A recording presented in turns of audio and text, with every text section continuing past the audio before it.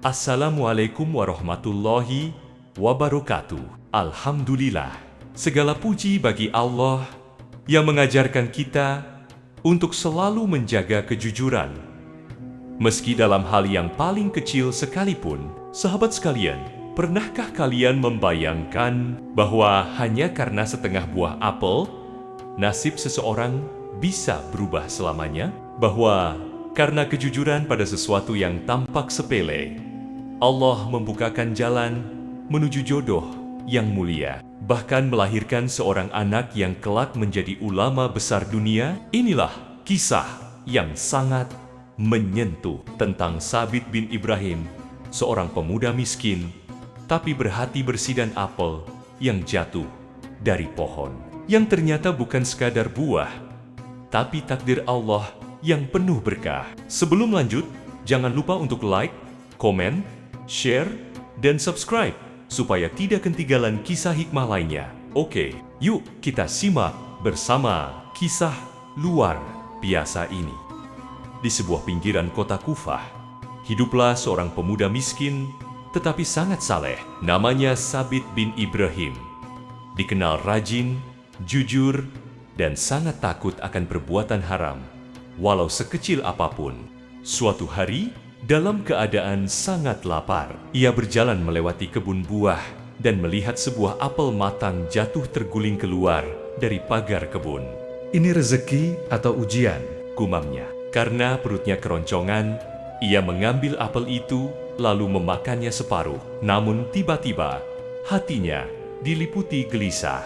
Bagaimana jika apel ini bukan halal untukku? Bukankah setiap tubuh yang tumbuh dari makanan yang haram akan dimasukkan neraka? Dengan penuh penyesalan, Sabit berjalan mencari pemilik kebun. Ia mendatangi para petani di sekitar dan bertanya, hingga seorang tua menunjuk sebuah rumah di seberang kota, 5 mil jauhnya. Tanpa ragu, ia menempuh perjalanan jauh hanya untuk meminta maaf dan menghalalkan satu gigitan apel. Setelah perjalanan sehari semalam, akhirnya sampai di rumah besar. Ia mengetuk pintu dan keluar seorang lelaki tua yang tampak bijak. Wahai Tuan, aku telah memakan separuh apel dari kebunmu. Aku tak bisa tidur sebelum engkau menghalalkannya. Orang tua itu memandangnya dalam-dalam, lalu menjawab, Aku tidak akan memaafkanmu, tukasnya. kecuali dengan satu syarat. Apa itu? Tanya Sabit. Kamu harus menikahi putriku. Inikah syaratnya? Tanya Sabit dalam hati.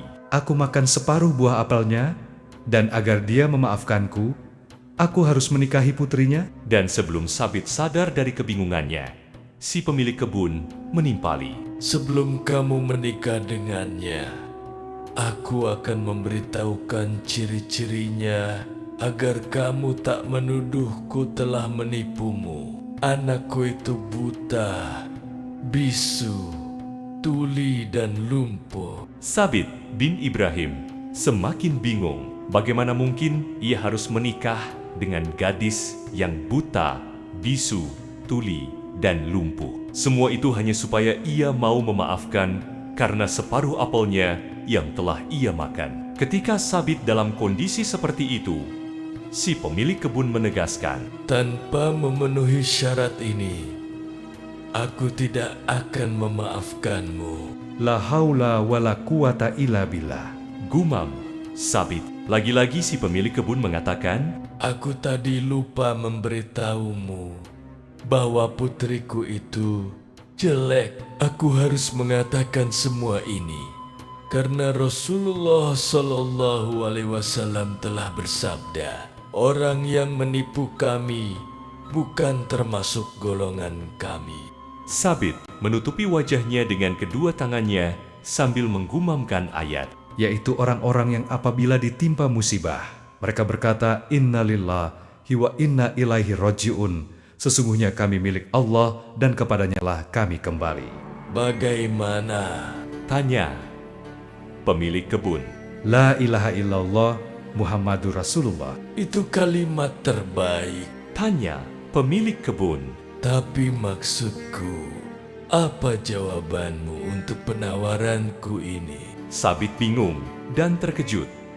Bukan karena harus menikahi gadis jelek, buta, bisu, lagi lumpuh itu, tapi ia heran memikirkan rahasia senyuman yang menyungging di bibir ayah gadis tersebut. Akhirnya, Sabit menerima tawaran tersebut. Ia berharap si pemilik kebun itu mau memaafkannya. Ia hanya mengharapkan pahala sempurna ketika mau menikahi gadis yang jelek, buta, bisu, tuli, dan lumpuh tersebut. Dan sebelum itu, ia tak pernah membayangkan akan menjadi menantu pemilik kebun itu.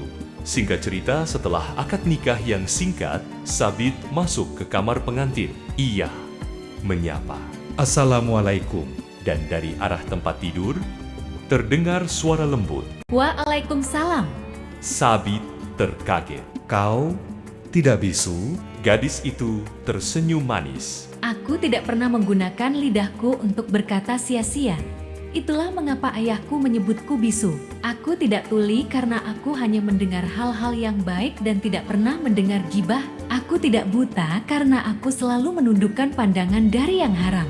Aku tidak lumpuh karena kakiku tak pernah melangkah ke tempat maksiat. Sabit menangis haru. Ia tidak hanya mendapatkan kehalalan atas apel, tapi juga mendapatkan bidadari dunia, istri yang cantik, cerdas, dan paling utama, salehah. Dari pernikahan ini, lahirlah seorang anak yang kelak dikenal dunia sebagai Imam Abu Hanifah, ulama besar mazhab fikih Hanafi. Satu gigitan apel yang membuat Sabit gelisah, membawanya pada perjalanan panjang menuju takdir besar. Inilah pelajaran tentang kejujuran, adab, dan keyakinan. Terkadang surga itu berawal dari sesuatu yang kecil, asal engkau takut pada dosa. Dan begitulah sebuah kisah sederhana tentang satu gigitan apel telah membuka jalan bagi lahirnya seorang anak yang kelak mengubah wajah keilmuan Islam. Sabit bin Ibrahim, seorang pemuda jujur dan bertakwa, tak pernah menyangka bahwa kebaikan kecil yang ia lakukan karena takut pada Allah akan melahirkan lautan ilmu bagi umat Islam. Dari rumah yang dipenuhi doa dan ketaatan, terlahirlah seorang anak bernama An-Nu'man bin Sabit Al-Kufi, lebih dikenal dunia sebagai Abu Hanifah. Sahabat-sahabatku, dari kisah Sabit dan apel kita belajar, terkadang ujian datang lewat hal kecil, tapi jika kita jujur dan bertakwa, maka Allah akan membukakan jalan yang tidak pernah kita sangka. Karena orang besar lahir dari orang tua yang takut kepada dosa. Jangan lupa like, comment, share, dan subscribe biar tidak ketinggalan kisah hikmah teladan lainnya.